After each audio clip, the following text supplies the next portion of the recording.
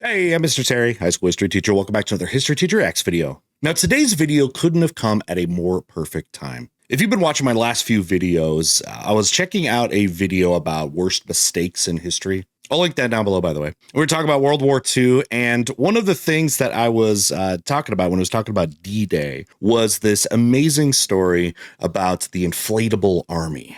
And to make the long story short, fake tanks and war materials were basically stationed to be decoys and to divert the attention and to set up maybe a fake invasion away from the actual invasion site in Normandy for D-Day. And at least in my head, I got to go back and watch the video again. I said, this is something that the Fat Electrician needs to cover. And lo and behold, I think we got it. Now, the video is called How a Chicken Farmer and Inflatable Tanks Won World War II, Agent Garbo and the Ghost Army. I'm super excited to check this out. All right, original link is down below. Make sure you're supporting that. Check out the original. Get his merch. I'm all swagged out today. Let's get started.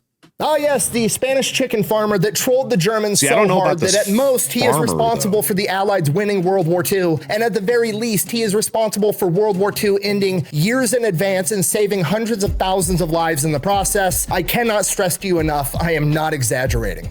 By the way, Nick's looking good. I feel like he can't be called the Fat Electrician anymore. He's like slimming up. He had his, shoulder surgery from his injury, and he's, like trimming up. He's just going to be like the electrician. But yeah, this chicken farmer, I don't know what that is involved with. So I think there's a lot more to this story that I want to learn about. So I'm super excited.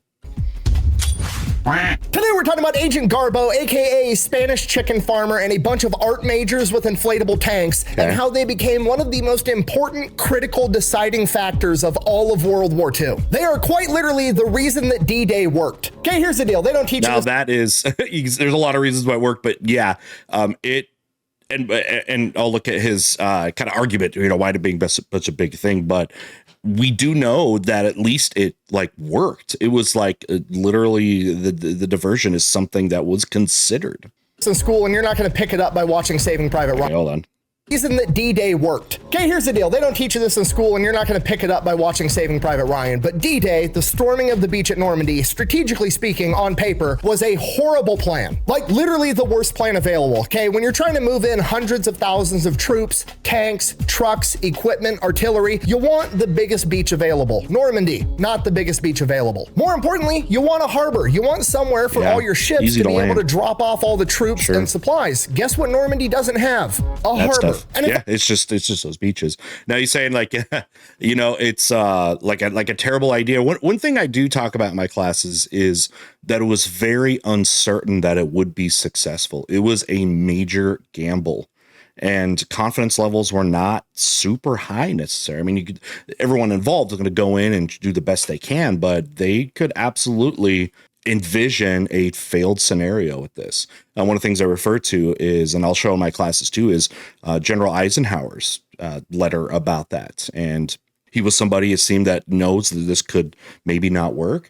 And he wanted to make sure, at least in the press and that kind of stuff, that it wasn't due to the failure of soldiers involved. But he says put the blame on me. Right. Put the blame on me. Everyone else fought hard, but he had to actually prepared before the D-Day invasion. That wasn't bad enough. Half the beaches are covered in cliffs. Why are cliffs bad? Well, because the enemy is on top of the cliff, meaning the enemy has the high ground, and they're going to be shooting at you while you're trying to be a rock climber. And then if you make it to the top of the cliff, now your back is up against a cliff and you have nowhere to fall back to. True. And I know what you're thinking. Well, that does sound like a bad idea, but because it's a bad idea, the enemy's not going to be expecting it, and you're going to be doing what the enemy isn't expecting, which is going to give you an edge. It's like you're trying to outsmart the person that's also trying to outsmarting ping pong there, right? Most of the time, yes, but in this case, no, absolutely not. Yeah. Why? Well, because the two most likely places for the Allied forces to launch a major invasion were Calais and Schoenberg. And Calais, if you don't know, is what Hitler thought it would be. And it was not a bad idea. It's the shortest distance between across the English Channel. It is a harbor city. So it was not foolish to think that that was a major target. Even when the D-Day invasion is happening, and again, Normandy's like a couple hundred miles west. It's a long ways. That there could still be a major invasion into Calais, that it could be a diversion. People will really kind of make fun or, criticize Hitler on that decision to really stick with Calais. And there's plenty of criticism worth it, especially as the time goes on and it just seems less and less likely over time that Calais is going to be the target and not getting there. There is some understandability about the Calais target for sure. Likely places for the Allied forces to launch a major invasion were Calais and Schoenberg. They both had ports, they both had big beaches, they were the perfect locations to launch a massive offensive. But and Normandy is right in between the two, meaning that Germany has a ton of soldiers both in Schoenberg and in Calais, and it's not going to take them long to send their troops to Normandy to reinforce it and crush the entire offensive. If you react if you're not quickly. Picking up what I'm putting down, I'm trying to tell you that the beaches of Normandy are quite literally the meat and cheese of an ass-whooping sandwich, and the plan should not have worked. And the only reason that it did was because of a chicken farmer and a bunch of theater kids, and we're going to get into it right after word from our sponsor. This video is brought to you by Sundays. It's food for dogs. Isn't that right, Mushu? All right. Okay. Frankie, do you want this food too? Anyways, Sundays for Dogs is dog food that's made with a bunch of human ingredients like, actual meat and not, ground up cartilage and pig dicks. The food actually looks different. Like, it actually looks like beef jerky. It doesn't smell like a bunch of dehydrated dog food. It's air dried. It's made here in America. Mushu loves it, and it's pretty much the only thing he'll eat now. It's like all the other fancy dog foods with none of the downsides, right? You don't have to open a can every time you go to feed your dog. You don't have to stick this shit inside your refrigerator, and you can get it as a subscription service, so it just keeps showing up to your house, because at least for me, every time I had dog food on my grocery shopping list, I would always forget, then I had to make a trip just for dog food. So it's nice to have it just show up at the house. So if you want to give Sundays a try, I'm gonna have a link and a discount code down below. Let's get back to the video. Our story begins in 1912 in Barcelona, Spain, when Juan Pujol Garcia is born. Okay. He grows up as the son of a farmer in the early 1900s. When he turns 18 years old, Spain at this point in time has mandatory military service. He goes off, he serves in the military for 6 months. Spanish Civil War coming up. The entire time, he just wants to go back home and raise chickens. So he finishes up his military service, goes back home, has his own little poultry farm, and he's just living life for a couple of years. And then when he's 24 in 1936, Spain is thrust into civil war. Yep. Oh, my cabbages! Now, I'm oversimplifying this, but essentially the Spanish Civil War had two factions. You had the Republic, which were fascist, and then you had a socialist revolution, okay? You had, the Republican, the fascists there, and then everyone else. It was a pretty big coalition. It's, what it kind of reminds me of in some ways is the Russian Civil War, where it's like you got the communists and then everyone else, right? A wide ranging group of basically just anti-communists being the unifying factor for in the Spanish Civil War. It's basically the fascists and then anyone else that might be anti-fascist. But again, a big leading coalition for that definitely was a socialist group.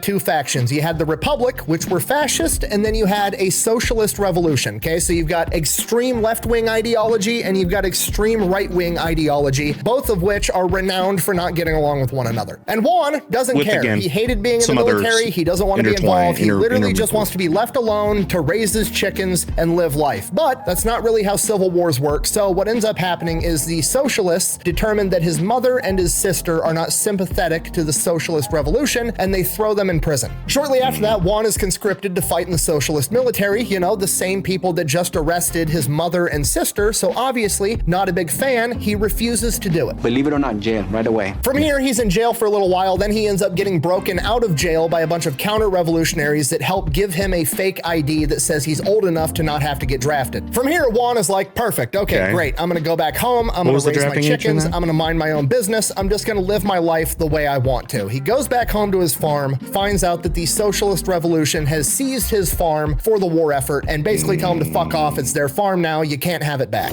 This is where it's like someone like that can be like, all right, I guess I'll side with the fascists. Or you go, I hate all of them. Can I stay out of it? And it looks like there are no fence sitters here in Spain, huh? His farm for the war effort and basically tell him to fuck off. It's their farm now. You can't have it back. Oh, my cabbages! And as I'm sure you can What is that imagine, in if Juan reference didn't to? already hate socialism, he sure as shit does now. So he decides that he's going to go and help the team that's fighting against the socialists. The problem is he can't really get to the front lines to join that side. So he ends up joining the Socialist Revolutionary Army, volunteering to run communication lines on the front line. And then as soon as he gets close enough to the enemy line, he literally just takes off running, goes to the enemy side, and is like defecting to join their military instead. To which the Republic, the fascist regime that he's trying to join, is more than happy to accept him and let him fight against the socialists. Jeez. No, I'm just kidding. They don't believe him. They think he's a spy, so they beat the shit out of That's him, fair. and then they throw him in jail. That's fair. At this point, Juan realizes think. both of these guys are assholes. He doesn't want to be involved in any of this. He just wants to go home and raise his chickens. From here, the Spanish Civil War ends in April of 1939. A couple of months after that, in September of 1939, World War II kicks off. To which Juan looks at the sides that are fighting. You know, you've got the UK doing their monarchy, democracy type stuff. Then you've got the USSR doing communism, which is just extreme socialism. Not really a fan of that. And then you've got Germany, ran by the Nazis. We all know what Nick thinks of the commies. He hates the commies and the fascists. Now, Spain is going to technically be neutral in this war.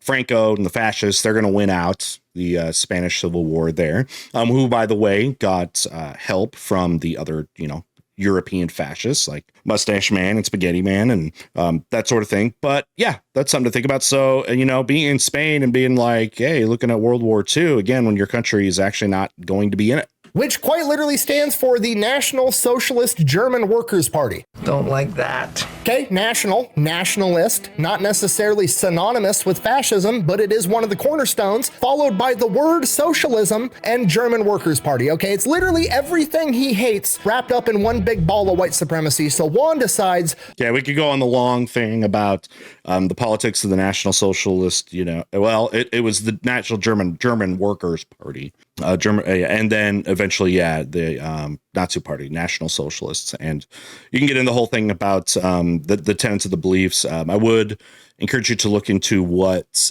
Hitler actually defined as socialism. He simply says that the term was basically co-opted by Marxists, who he hated. And to him, he defined socialism in Mein Kampf basically as just doing the will of the people of society, helping society, right? And nationalism is basically antithetical to Marxism as well. It is seeing the world by socioeconomic status rather than things like nationality or, God forbid, race. Literally everything he hates wrapped up in one big ball of white supremacy. So Juan decides, fuck those guys. I'm going to do everything I can to fight them. You're gonna pay for this! So he goes to Madrid to the British embassy and volunteers to be a spy. The British are like, dude, you're a chicken farmer in a neutral country. You provide absolutely no value to us. Kick rocks, we don't want your help. Go away. At this point, Juan realizes that telling the truth isn't working, so he's gonna start lying. He pays off some dude that runs a printing press to make him what appears to be a fake diplomatic passport like a politician would have that would grant him access into Great Britain. He then takes his fake counterfeit ID, politician passport, goes to the German embassy in Madrid and says, hey, I'm a Spanish politician. I just got orders that I'm gonna be stationed in London for the next couple of years. I'm sympathetic to the Nazi cause. I want to be a spy for you guys. Ooh, that's a bingo. And apparently the counterfeit passport was good enough because the Germans believed him. From here, the Germans give him training on how to secretly communicate with them like a spy would. Basically, he's going to write a normal letter in Spanish like he's mailing it off to a friend, just talking about daily life or whatever random bullshit. And then in between the lines of the letter, he's going to use invisible ink and ciphers given to him by the German to convey secret intel, and then he's going to mail it to a particular address. Now, did he go old school? If you've heard about like the original forms of invisible ink, used urine, pee. You think he did that? From here, the Germans give him a bunch of invisible ink, the address he needs to mail the letters German to. pee. They give him 600 pounds to buy whatever spy equipment he needs. And then they give him a list of intel that they're looking for. Presumably, this is like the test to make sure that this guy's legit. If he can go and get this intel that we already know and show that it's accurate, he's going to prove to be a reliable spy. It's a bunch of questions like, what is the makeup of the Strategic Bombing Command of the UK? Where is this factory? What do they produce there? Yada, yada, yada. A bunch of shit they already know. But if he can figure all this out and then give them the correct information and they can verify it's correct, then he can probably go out and find information that they don't have that would actually be valuable to them. Have to do a little bit of give espionage. him the code name Alaric and send him on his way, and as far as the Germans are concerned, he is headed off to London. The real problem, Juan can't get to London. He doesn't actually have a diplomatic passport. He has no viable reason for being there, and while the counterfeit passport worked on the Germans, it's not going to work on the British because it's their passport. They're going to know what a counterfeit looks like. So it's like, are the British going to be able to pick up that he is lying? Because the Germans apparently have not. It's going to fool both of them. I need to see some identification. Really? Alaric. Makes me feel young again. So Juan decided. Anyone immediately think of the Germanic conqueror king Alaric, one of the individuals that includes the conquering of Rome? He's going to get as close as he can, which is Lisbon in Portugal. So he heads off to Lisbon, gets a job working at the public library, and then uses his position at the library to get up-to-date newspapers, encyclopedias, military textbooks, and figures out the answers to all of the questions that the Germans had and sends off a letter verifying that he's a reputable spy. And of course, he gets all the answers correct or correct enough, and the Germans believe him. So now he's a reputable spy in the eyes of the Nazis. He then It's like, just using the internet, but having to do it the old school way and getting all these sources. You don't have to be in the location to get the information, but yeah, the dude's like a hacker, 1930 style. Goes a step further and uses up-to-date British newspapers to find rental listings and picks out an apartment for, however much it costs a month and tells the Germans, hey, I'm living here renting this apartment. And the Germans start paying his rent for him, even though he's not even living there. What an idiot. Yeah, I've never heard this specific story. That's great. Good. From here, the Germans want him to build out an entire spy network, basically covering all of England. They want spies outside of military installations to track troop movements. They want spies at all the major ports and harbors tracking shipping movements. They want spies all over England. Problem, Juan It still comes down to I'm still wondering why? Why? Are you just going to be this lone wolf spy? What impact are you going to try to make on the war and stuff like this? If he is going to be involved in intel with and I guess any kind of planning with the D-Day invasion, that's still a long time off, and of course wouldn't be in the plans at this moment. There's a lot that needs to I feel like still needs to be explained here about this guy's background, but I think we're going to get it. Love the pause face there, Nick.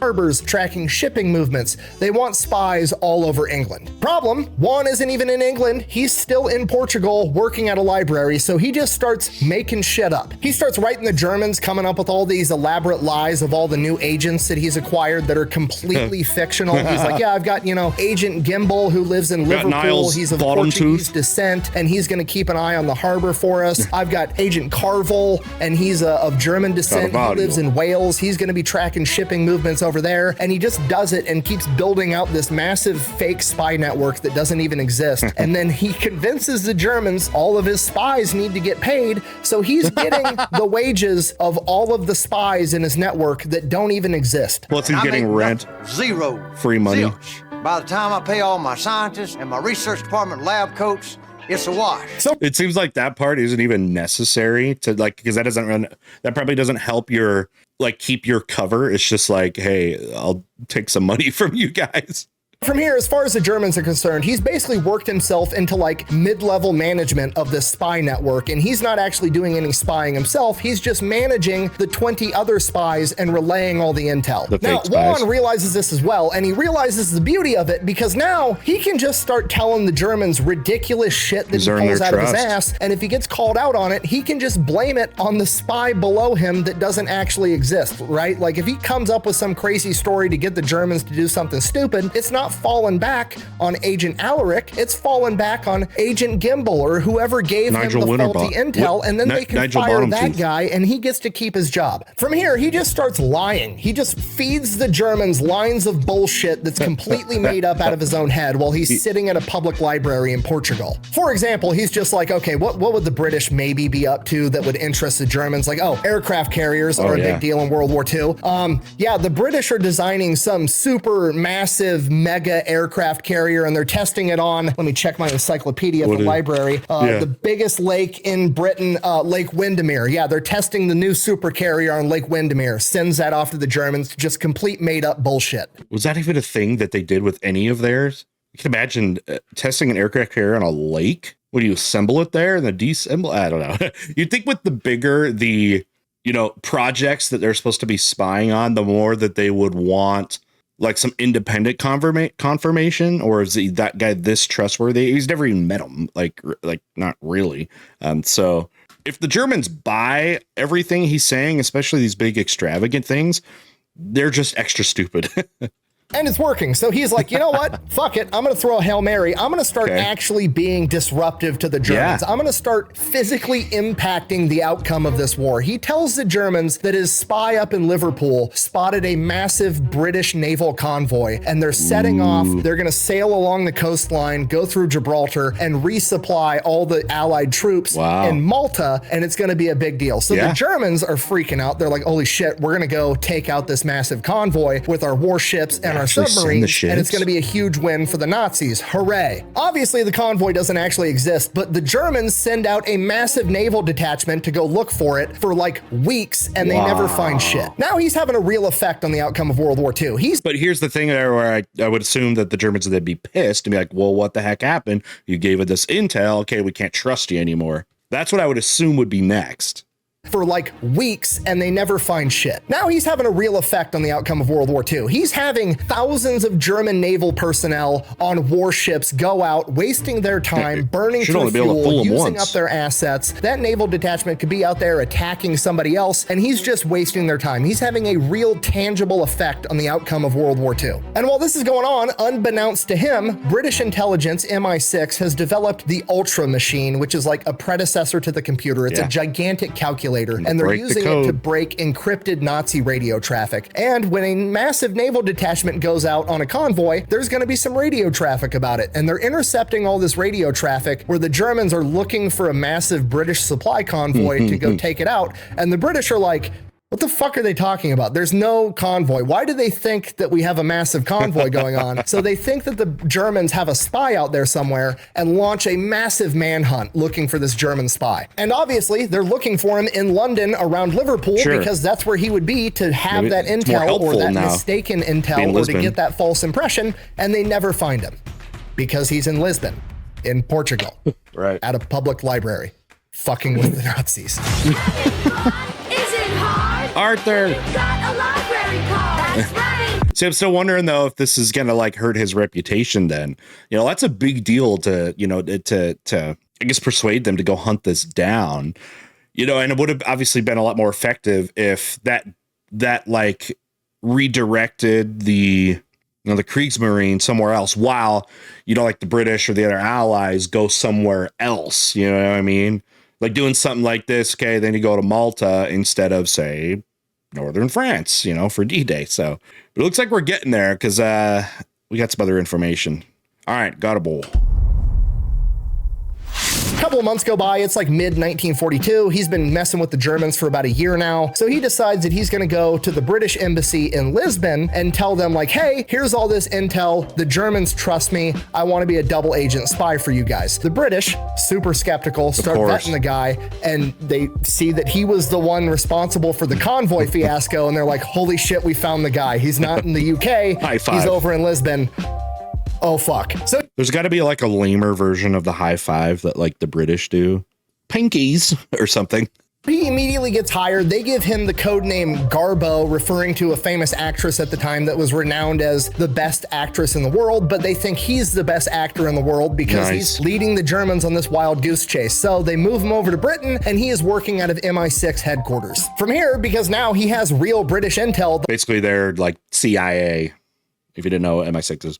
And he is working out of MI6 headquarters. He's going to meet James because Bond. now he has real British intel. The lies get more strategic. They get more accurate, but not in a helpful way. But the Germans don't realize that. So he's gaining more and more trust with the Germans because his quality of intel continues to go up. But then he almost gets caught being a double spy because the Germans found out that there was a massive naval convoy that just left Liverpool that Garbo didn't report on. So they go back to Garbo and they're like, hey, we know you have a spy in the area whose whole job is to look over this harbor. Why didn't you report this to us so we could do something about it? To which Garbo was like, Yeah, that guy, he died, actually. Yeah, no, he was in the hospital sick for a couple of weeks, and he's dead now. And then had the British take all of the, the fictional story, because the Germans knew the guy's name and his code name and his descent and all these fucking fictional details that he had created, and had the British put an obituary in the British newspaper for this fictional man, and then he sent them the obituary. To which the Germans... That's so good. You've got to like provide some evidence for your lie. Fabricate it. That's so good. This is just getting funny. Paper for this fictional man, and then he sent them the obituary. To which the Germans sent their condolences and severance pay for his widow. Damn you, Roger. Could you imagine having to play poker against this guy? He's the greatest bullshitter of all time. Like, if this were a video game, he put all of his skill points in charisma, because the Germans just seem to believe every line of bullshit that comes out of his mouth. Dude. I have to say this, but it's like the Nazis, they take care of their people pretty well, right? They're given like severance for this guy that they couldn't even confirm existed. They're given rent payments. They're doing all this. They kind of take care of you. Literally got this close to getting caught as a double agent, and somehow manages to pull out a huge sum of money and get paid for it, while also still being considered a reliable source. What do you think he did with the money? It gets even better. In November of 1942, the Allies launched Operation Torch, which was like the big advance into North Africa. Right. Massive naval operation, huge offensive. It would be a big deal if the Germans found out and knew about this plan, right? So what they do is they don't report on it. But the Germans are going to wonder, hey, why didn't you fucking report on this? Because we know you have spies. We can't say another guy died of illness in the hospital. What are we going to do? So Garbo comes up with a plan. He's going to write extremely detailed, 100% accurate, like how many ships are leaving the port, where are they going, when are they going to get there, when's the attack, the whole 9 yards, writes it all up, has the British government post stamp it like a week before the attack so they have time to do something about it, but then just hangs on to the letter until the day the attack happens and then mails it off. So the British get 100% accurate information that would have a huge impact on the battle, but they get it too late. And from the German at least they could say, okay, that's smart, because at least it can say, okay, this time there could be an excuse for why, that information wasn't available at that time. You say, hey, I postmarked it, I did all this, but so this is good. It's like covering their tracks before the Germans are going to have a reason to be upset and skeptical, right? That's what I assume. Information that would have a huge impact on the battle, but they get it too late. And from the German perspective, after they're reading this letter, they're like, holy shit, this is exactly what happened. This would have been gold if we would have gotten it on time, but this letter got delayed in the wartime mail. They were so pleased with the level of intel, because the mail being slow isn't Garbo's fault, and he did a great job. So they give him a huge bonus and then give a 50% pay bump to the 20+ person spy network that doesn't even fucking exist. Dude, he's making bank, isn't he? That since Titanic. And then they're like, Alaric Garbo, same guy, is too valuable of an asset. His intel is worth so much, we can't afford to have him being delayed in the wartime post. So they arranged for him to get German radio equipment, an up-to-date Enigma machine with up-to-date ciphers, and he has everything to communicate with the Germans directly. Okay, so I'm assuming here, though, they already...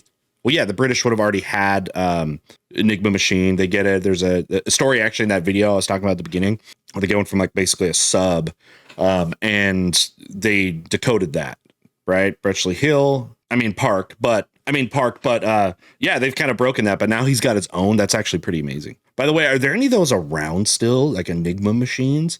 What a cool collector's item that would be. I have the COS, please. Oh, I'm so happy! I'm so happy! This is the best day of my life! So now every time the Germans change the Enigma code in the Enigma machine, they don't need to crack it and develop the new cipher. They literally send the new cipher to their spy that's actually working for the British. Alaric, aka Garbo, aka a fucking chicken farmer from Spain, is now the most trusted, high-value spy that the Germans have from their perspective. And because of that, the Allies have him work on the most important deception mission of World War II, Operation Fortitude. All right, D-Day's coming up. So, you know, when they do actually crack kind of the Enigma code, the problem again is that the codes change, right? So you have like it's like changing the password. So you have to be able to break this stuff within the time period that that code or whatever is still like active, right? Before they change it, which then decodes and or recodes, I should say, the machine, and then you have that. You got to keep changing. It's like in football, you can change your play calls all the time, right? And you only have so much time to try to figure it out before the game if you want to be able to use that intel. But now if you have one and access to the new codes, there's no code breaking needed. That's amazing. Okay. Yep, here's the famous photo I was commenting on before. If you see behind the letters, yes, those are what looked like 4 guys picking up a whole tank. All right, Operation Fortitude. It is basically one gigantic psyop. It is the miscommunication campaign to set the stage for D-Day. Now, D-Day in that of itself is pretty controversial. The British did not want to do D-Day. It's a big, risky move, having this massive amphibious landing. It could draw out the war for years or lose the war entirely if it fails. So the British wanted to take the more conservative route of going through North Africa, taking over Italy, and then pushing into the rest of Europe. Okay. Now, one thing, you know, that's going to help influence D-Day from happening, of course, is the Americans. For the fact that dealing with Joseph Stalin and the Soviet Union, who have been fighting the Germans now for quite a while, have been doing it with the Germans being able to have this massive Eastern Front, right? There's no Western Front here during the Eastern Front of the war. And the Americans also want help from the Soviet Union with Japan. So kind of part of sort of the deal, if you will, there for the Soviets to, you know, help at least eventually against the Japanese. Russians wanted help from the Americans against Hitler, which meant opening up a Western Front.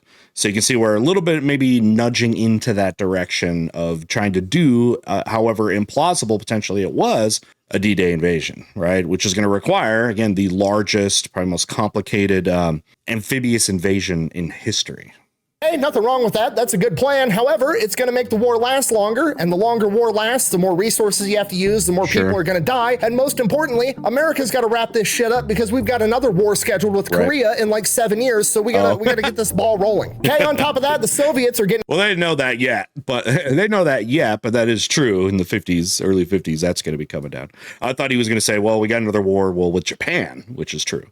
With Korea in like 7 years, so we gotta get this ball rolling. Okay, on top of that, the Soviets are getting absolutely massacred on the Eastern Front, and if the Germans take over there, they're gonna have access to all the Soviet resources, and the Germans are gonna get even stronger, or potentially even worse, if somehow the Soviets pull it out of their ass and they win and they invade, they're gonna take over all of Europe, and I don't fucking like the communists either, so we're not gonna have either of those options. We gotta get in there, fuck shit up, and leave. Okay, General Eisenhower's the Supreme Allied Commander. He's the one running the show. I mean, that really does kind of become, as the war goes on further and further, more of the American policy, which is win it before the Soviet Union can, I guess, spread their influence, even though they're the Western allies are basically going to be fine with the Soviets taking Germany, at least Eastern Germany, taking Berlin, I should say.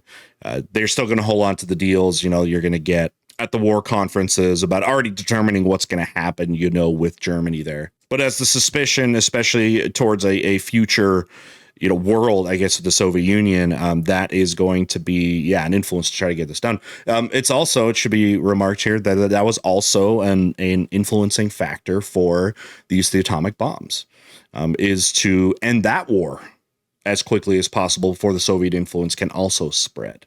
American, and America says we're doing D-Day. Guess what? We're doing D-Day. Now, obviously, I'm paraphrasing to a disgusting degree, but this is more or less how the conversation goes. Hopefully I added some nuance and other elements. We'll do the D-Day massive amphibious landing thing. Where do you want to do it? The most obvious place is going to be Calais. It's right across the Strait of Dover. That's the most fortified. That's named after a guy named Ben, right?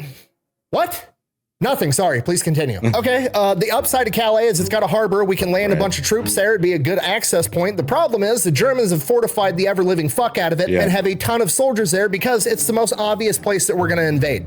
What is there, something like up to 1 million in the region that can hold it down and at least be ready in that area? All right, so we won't go there. What else you got? Well, there's Schoenberg, but it's pretty much the same thing. It's the next obvious place, so the Germans have fortified it. All right, what else you got? Well, I guess the Germans probably wouldn't be expecting Normandy, but there's no harbor and it's covered in cliffs. That's perfect. We're storming the beaches of Normandy. I mean, But they were not defended, as you know. They were defended. They had bunkers and stuff like that. However, nothing like trying to siege a whole city. Normandy, but there's no harbor and it's covered in cliffs. That's perfect. We're storming the beaches of Normandy. I mean, okay. What about the cliffs? No problem. We'll teach all the boys how to rock climb. We'll have boats that shoot rocket propelled grappling hooks up the cliff. And then we'll have boats with giant firemen's ladders that go up with machine guns on top and mow down the enemy while the boys are rock climbing. Dude, look at that one. Hold on. Look at this. Firemen's ladders that go up with I love this. You got like these Tommy guns, basically. I just say that with the type of magazine. But anyway, yeah, going up in this is actually kind of funny. It's almost like coming up in a forklift. Guns on top of or those like cherry picker things. Dude, I would not want to be this guy. And mow down the enemy while the boys are rock climbing. Okay. There's a lot of like rivers and ravines and creeks and stuff in that area. What if the Germans blow up the bridges and then our tanks get caught up in these little ravines and they can't cross? We'll build bridges, we'll strap them to tanks, and we'll bring the bridges with us. Okay, humor me. Let's just assume all of that works. What about the lack of a harbor? Okay, so we get there. Now, these troops were not going to be landing without the naval support. So they tried to, in the hours leading up to the invasion, the actual like boots on the ground invasion, were trying to really, I guess, soften up the coastline by bombardment. So they got this long, artillery coming from their ships and bombing the crap out of that.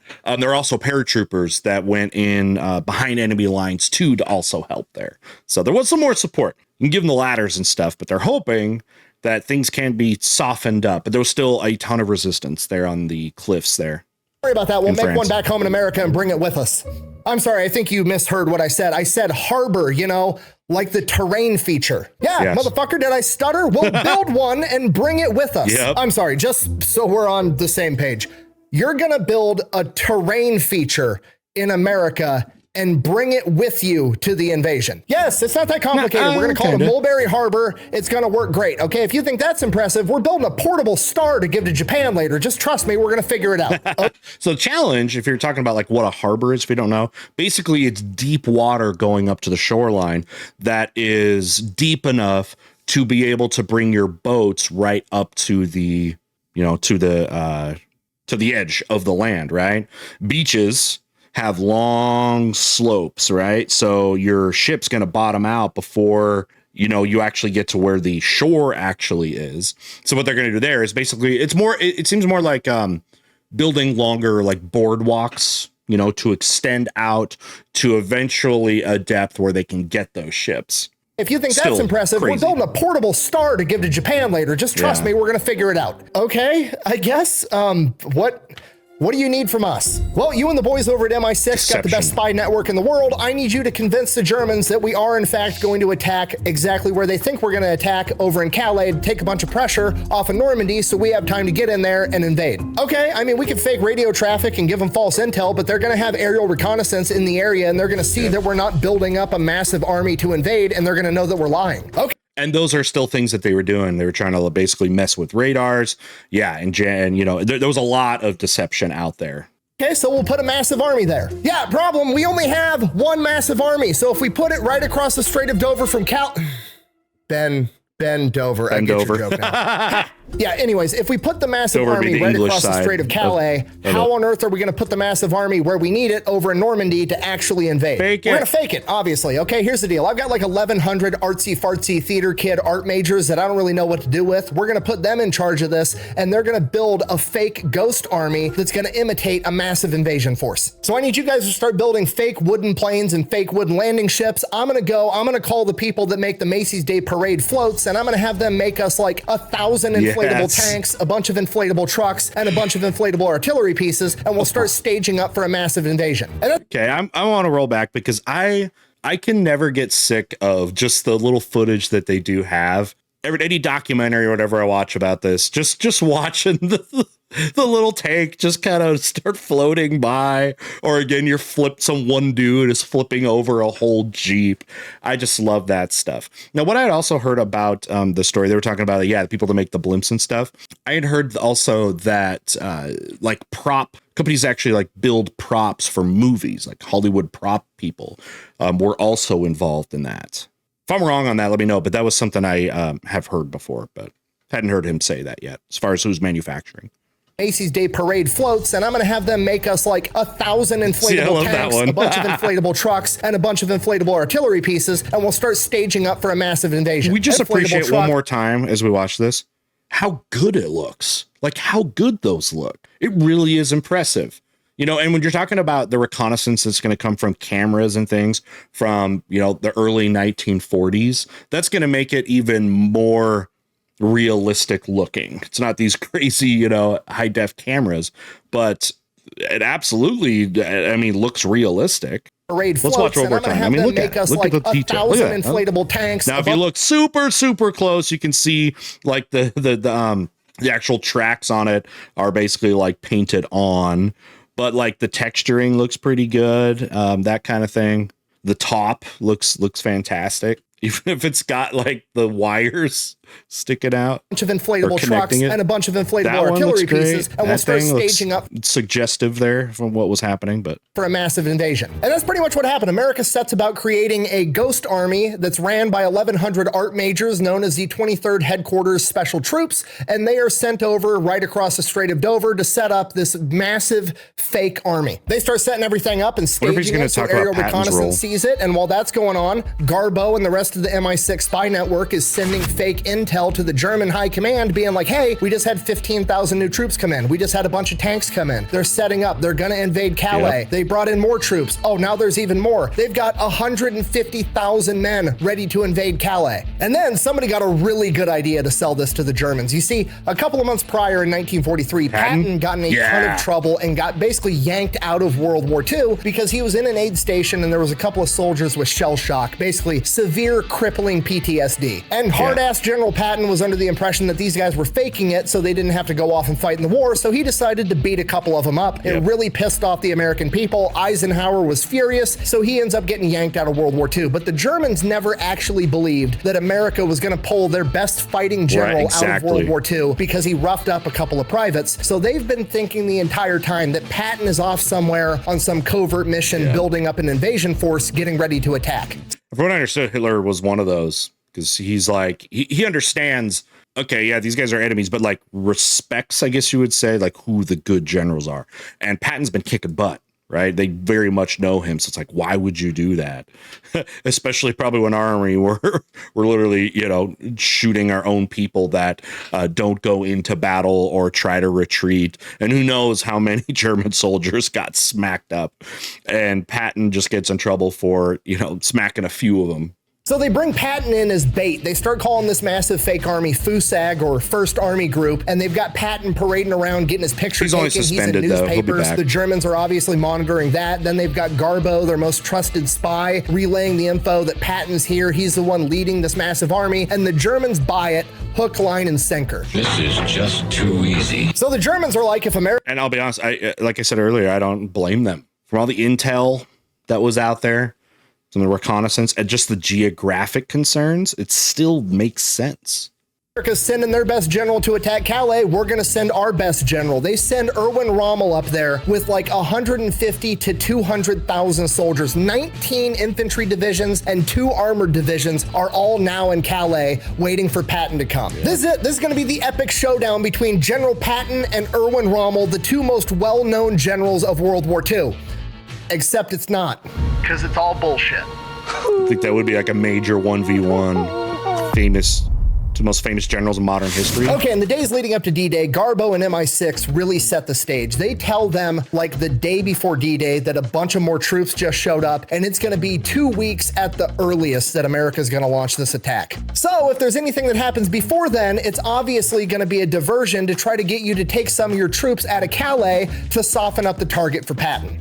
What adds to the secrecy of that too is I don't know if Garbo knew I don't know if he was saying he knew exactly what the days, but the troops didn't. That was actually part of the preparation was the troops that were stationed. There's a couple million basically combined between the Americans, Canadians, the British, all across the southern ports of England, because the D-Day invasion is going to come from different ports, 5 of them. And they were on a information lockdown. In fact, in those last weeks or so, they weren't allowed to send letters home or anything. They went on just quiet them because they didn't want any information.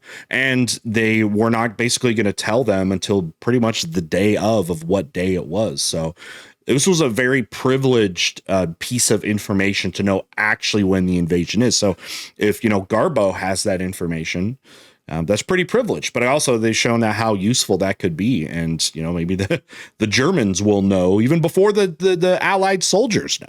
Because of this, Erwin Rommel on June 5th, aka the day before D-Day, is like, sweet, I've got some time to kill. Tomorrow, June 6th, again, D-Day is my wife's birthday, so I'm going to go back home to Germany so I can play hide the bratwurst and celebrate. So Erwin Rommel leaves. D-Day happens, he's in Germany. He's not even in France. So while the birthday girl is laying on the bed pretending her feet hate each other, 156,000 Allied troops hit the beaches of Normandy. That's amazing, because I'd heard, that he wasn't there, but it also is like, doesn't make sense. If you were sent there because they think this is coming, then it seems like maybe that information, that deflection of it's 2 weeks away, literally did have a direct effect on Rommel thinking he could leave. And because the Germans are convinced that America's going to attack at Calais, there's only like 20 to 25,000 Germans defending the beaches of Normandy. So the plan is working. Rommel hears that there's an invasion that gets launched. He makes a beeline back to his headquarters right outside of Paris, France. He doesn't actually get there until June 7th, D-Day +1. He immediately does the worst thing possible for the Allied forces. He sends 40,000 infantry troops and an entire armored division from Calais down to Normandy. Okay, this is going to be absolutely catastrophic to D-Day. That's going to triple the amount of Germans guarding the beach and add a fuck ton of tanks on top of that. The absolute best case scenario is this adds tens of thousands of Allied forces dying, and the worst case scenario, it means that D-Day is going to fail as a whole. And it's more than likely going to be the second one, because if Rommel rolls up with a bunch of tanks, he is going to drive the American forces back into the ocean, and it is going to be Dunkirk 2.0 all over again. Absolutely. And probably a worse one. With Dunkirk, the Germans, in a lot of ways, let, I guess, the British soldiers kind of vacate. There's a whole big thing about that, about how much more destructive the Germans could have been at Dunkirk, because they basically had, a couple 100,000 basically cornered to the sea. And there were some reasons. There's like environmental reasons and other reasons for that. But you would think that in this one, if it's a Dunkirk 2.0, they would annihilate the entire army this time, unlike at Dunkirk. And then a chicken farmer from Spain saves the day. What's he do this time? Garbo, Alaric, the most trusted German spy, sends a transmission to German high command that the attack at Normandy is a feint, it's a ruse, it's just a distraction. Do not pull your men out of Calais. And this makes it all the way into German high command and all the way to Hitler himself. And Hitler signs off on the order for Rommel to turn his forces around and go back to Calais and wait for Patton. Oh my gosh, because that's a famous thing that, like, you've probably heard all the time, that Hitler was like, no, it's a diversion. It's a diversion. I'd never known that there was this other element of it. But again, it still would even sort of make sense, even without this like false flag information coming out here, that another invasion could be happening at Calais. I still believe that was still something worth kind of, believing in, I guess. But this is just going to solidify it even more. And if that's the direct reason of why the Germans are still going to hold, because again, they were saying there's hundreds of thousands of people there in Calais. You've got the army, then the stuff that was already there. There's already defenses there at Calais, adding into the 150,000 whatever additional that they put in there. But not sending all that many down out west to Normandy. If that was it, then that's a major thing. So what if they diverted all of the Calais stuff? There's no way D-Day would have worked. Another 100,000, 125,000 troops coming in.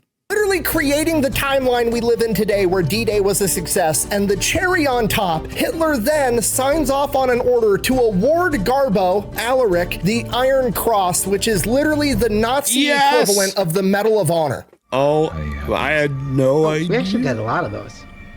Some of the guys use them as paperweights. Garbo has Hitler so convinced that this attack is coming at Calais that Rommel leads his forces there for 6 weeks. And by then, it's too late.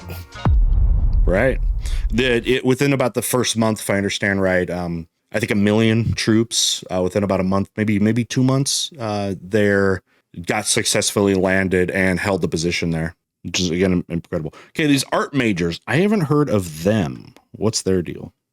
So the invasion of Normandy works because of Garbo and the Ghost Army, and then after that, the Ghost Army gets deployed into France. And from here, they go full PSYOP mode. They would roll up to wherever a real infantry division was. They would then paint that infantry division's logo on all of their inflatable shit and then have their same patches. And then while that unit moved out, they would pretend to still be that unit in the same spot so the Germans don't know where an entire division disappeared to because they still think it's right there. And the level they went to make it look like they were legitimately the unit they had replaced was incredible. The Ghost Army had their own Morse code guys, and they were going to be blasting out fake radio transmissions, fake Morse code, fake everything, in addition to all the inflatables and just appearing like a real military unit. And with Morse code, you can tell who the operator is. The way that your hand strikes the little keypad is very much like handwriting or your spoken voice. You can identify different people and different operators. So these Ghost Army...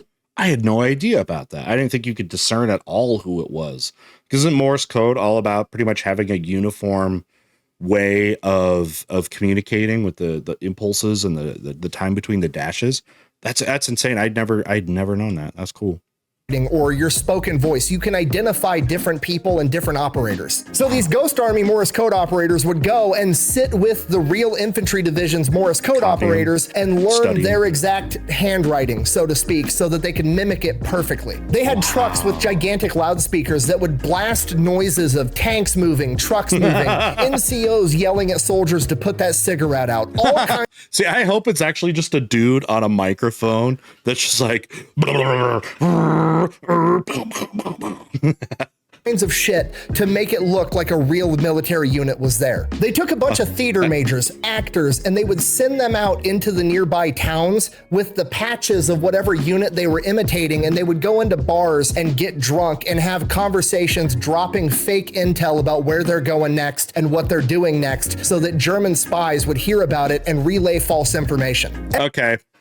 That sounds like the best job anyone could have in the military during World War II. Of all the awful things that you could be assigned to, you basically just get to pretend and I guess get wasted in bars. Every major step the U.S. military had to make, the Ghost Army was there drawing enemy fire the entire time. When Patton finally did return to theater in Operation Cobra, the Ghost Army was there. When U.S. forces crossed the Siegfried Line, the Ghost Army was there drawing enemy fire and German attention so that they could actually cross at the real location. You know what I imagine, and it'd be kind of funny, is, you have the inflatable tank, and it's not like a balloon, but of that type of balloon, but like some soldier shoots it, and then just the tank just goes. That's the sound a deflation makes, but like you think of like a balloon, or the tank like flies off, but just. When Allied forces crossed the Rhine River, the Ghost Army was there pretending to build a bridge 10 miles away from where the real Allied forces were crossing. I keep calling them theater kids and art majors like it's an insult. It's not. These guys have the biggest balls on the planet. You know what sucks more than going into combat in a tank and having the Germans try to kill you? Going into combat, having the Germans try to kill you like you are a tank, and you've got a fucking inflatable tank. The Ghost Army is basically the rodeo clowns for the entire U.S. military at this point. The bull rider gets all the glory, but the rodeo clowns are in the ring the entire time saving everybody's ass. Thank you! And to make things worse, this is top secret. They can't tell anybody that's not already in the know, so they have to keep the entire thing under wraps, which means they're constantly running into high-ranking officers from the US military. They're asking questions, getting mad at them because they don't think they're supposed to be doing what they're doing, and it just causes a whole mess of issues. My favorite story is the Ghost Army was out on a convoy moving to another location, and some general comes up all pissed off because this unit isn't supposed to be in his AO, and he wants to know what the fuck they're up to. And these guys aren't allowed to tell the general what they're doing, so they fucking lie, and they come up with the best lie ever. They literally tell the general, we're just going around making sure all the street signs are the same size. To which the general is like, why the fuck are you doing that? And they're like, I don't know, man. We just got the orders by our chain of command. They told us to go around and make sure all the street signs are dress right dress so nobody gets lost, which I feel like you could think of so many other lies and to go with that one. And apparently the fact that it's going to work even adds more to the hilarity. And they told us to go around and make sure all the street signs are dress right dress so nobody gets lost, which sounds dumb as fuck. But if you were ever in the military, that is the most military thing that would happen, and it 100% would. Okay? It's like it just because it's so like non-creative, I guess. If you're not picking up what I'm putting down, I'm trying to tell you that the 23rd Headquarters Special Troops, the Ghost Army, had a tremendous impact on World War II, not just on D-Day, but in the entire European theater. Okay. So World War II comes to an end. The Ghost Army is essentially sworn to secrecy. Nobody knows that this even happened until the 1990s. The British find out that Garbo got awarded the Iron Cross, so they're like, oh shit, we should probably give this guy an award too. So they give him the Order of the British Empire, which is the highest ranking award they can possibly give him. Homie literally got MVP playing for both teams. And the Nazis never even found out that he was a double agent. The British then give him a big lump sum of money. Because okay, I was just gonna say because the whole regime's gonna collapse, so they thought the whole time. I mean, it's not like they were gonna be around much longer, but yeah, that's so funny. If I was him, I would wear both of them. I'd wear the Iron Cross, yes, and whatever the British one. I'd wear them both every day.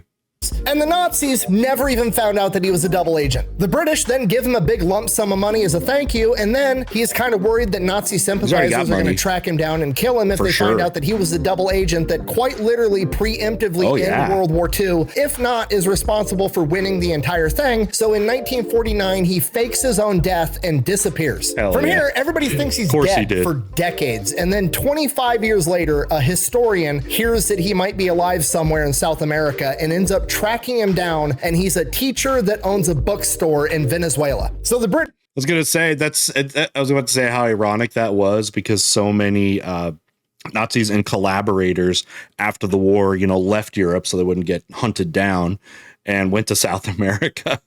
Bring him back over for the 40th anniversary of D-Day. He gets publicly recognized. He's a hero. He finally gets his moment in the sunshine. He gets to go to Normandy and see where all of the battles unfolded. And then, while overlooking one of the cemeteries at Normandy, he said, and I quote, "I knew I saved tens of thousands of lives, but I don't think I did enough." And that is the story of how a chicken farmer from Barcelona and a bunch of theater kids with inflatable tanks helped win World War II. Thank you for watching. Best way to support the channel is go buy some merch over at thefatelectrician.com. Quack bang, out.